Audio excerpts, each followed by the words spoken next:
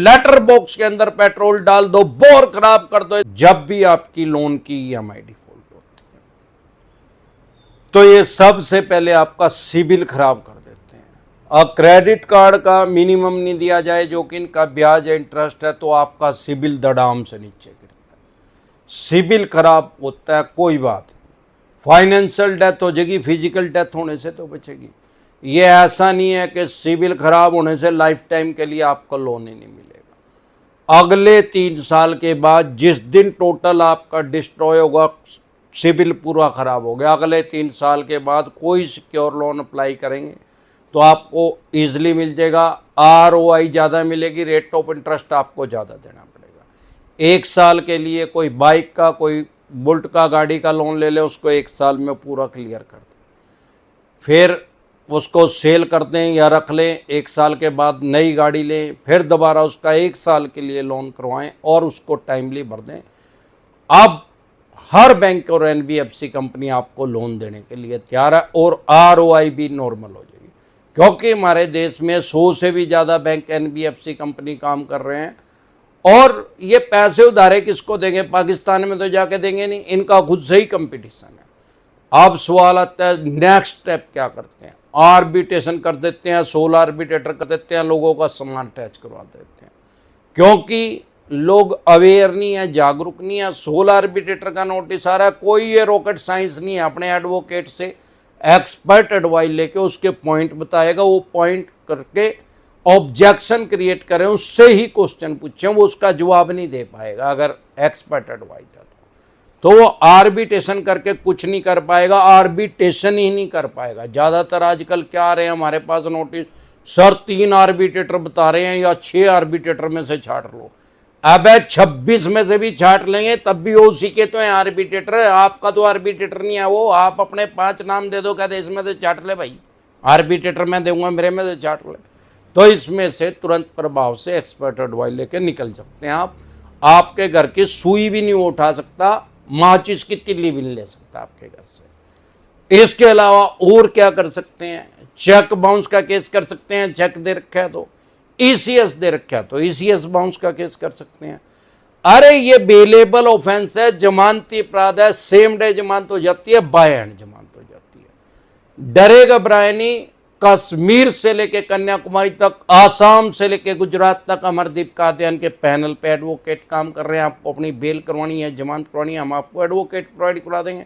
आपको एडवोकेट चाहिए, उसकी फीस कितनी होगी? आपकी स्क्रीन पे एक नंबर आया हुआ, उसको सेव करके डायरेक्ट कॉल करें, कोई रिप्लाई नहीं आएगा। व्हाट्सएप कॉल करें, कोई रिप्लाई नहीं आएगा। व्हाट्सएप मैसेज करेंगे तो तुरंत रिप्लाई आएगा कि कैसे आप हमारे से पर्सनल मीटिंग कर सकते हैं, पर्सनल एडवाइस ले सकते हैं, टेलीफोनिक एडवाइस ले सकते हैं, या अपनी बेल करवाने के लिए, जमानत करवाने के लिए आप एडवोकेट ले सकते हैं।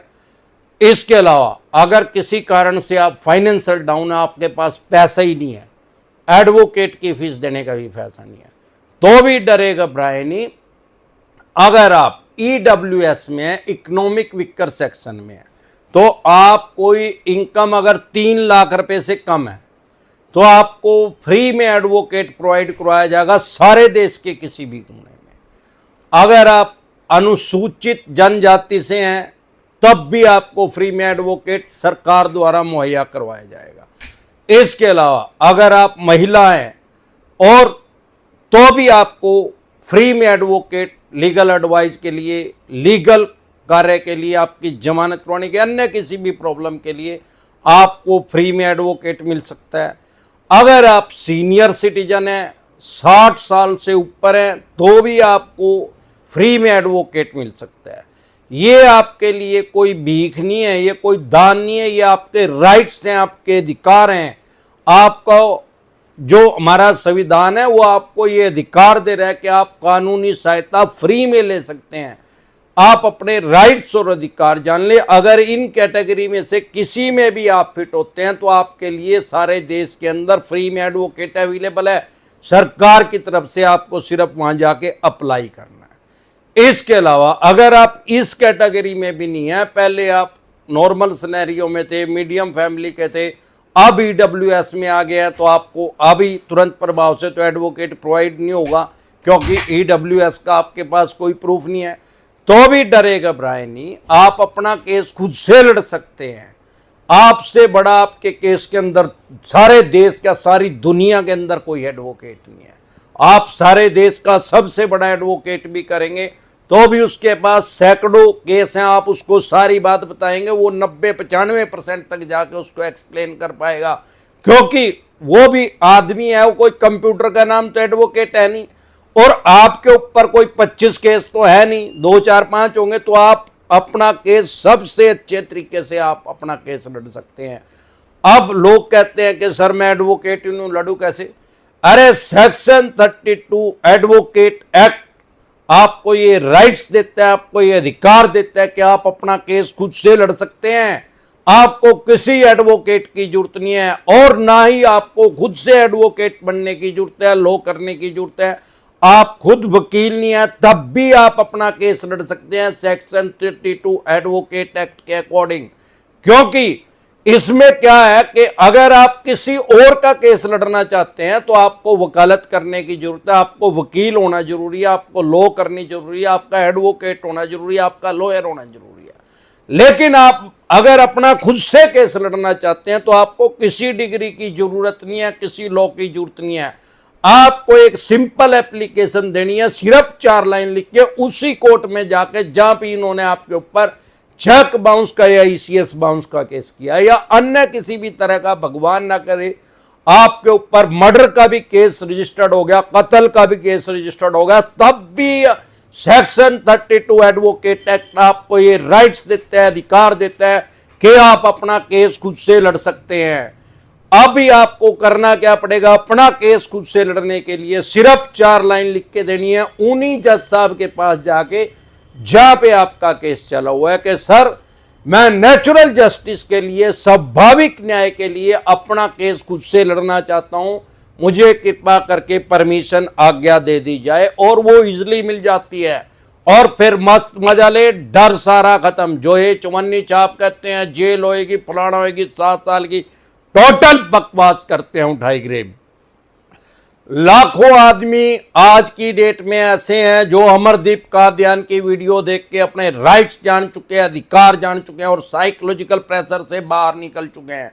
हजारों आदमी इन उठाईगरों की वजह से, चवन्नी छापों की वजह से सुसाइड कर चुके हैं हमारे देश में, और करोड़ों आदमियों को इन्होंने सुसाइड की कगार पे पहुंचा दिया है। लेकिन आपको मुझे बताते हुए बहुत खुशी का, हर्ष का आभास हो रहा है कि अमरदीप कादियान की वीडियो देख के लाखों आदमी साइकोलॉजिकल प्रेशर से बाहर निकल चुके हैं, मनोवैज्ञानिक दबाव से बाहर निकल चुके हैं, उनको अपने राइट्स पता लग गया, अधिकार पता लग गया है। हमारे देश में वर्ल्ड की सबसे बड़ी डेमोक्रेसी है, दुनिया का सबसे बड़ा लोकतंत्र है। डेमोक्रेसी की ये ब्यूटी है, लोकतंत्र की ये सुंदरता है कि कोई भी पुलिस वाला डायरेक्ट आपको अरेस्ट नहीं कर सकता, क्योंकि लोन की ईएमआई डिफॉल्ट होना क्राइम में कंसीडर नहीं होता, अपराध की श्रेणी में नहीं आता। हमारे देश में पुलिस का काम लॉ एंड ऑर्डर को मेंटेन करना है, कानून व्यवस्था को बनाए रखना है, ना कि किसी भी बैंक या एनबीएफसी कंपनी की रिकवरी करके देने का। जो ये चवन्नी छाप आपको कह रहे हैं कि आपको जेल होगी, ये होगा, टोटल बकवास कर रहे हैं उठाई गिरे।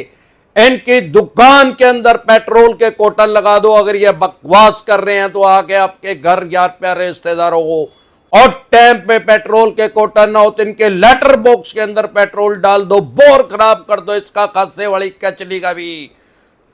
हुक्म की तामील हो।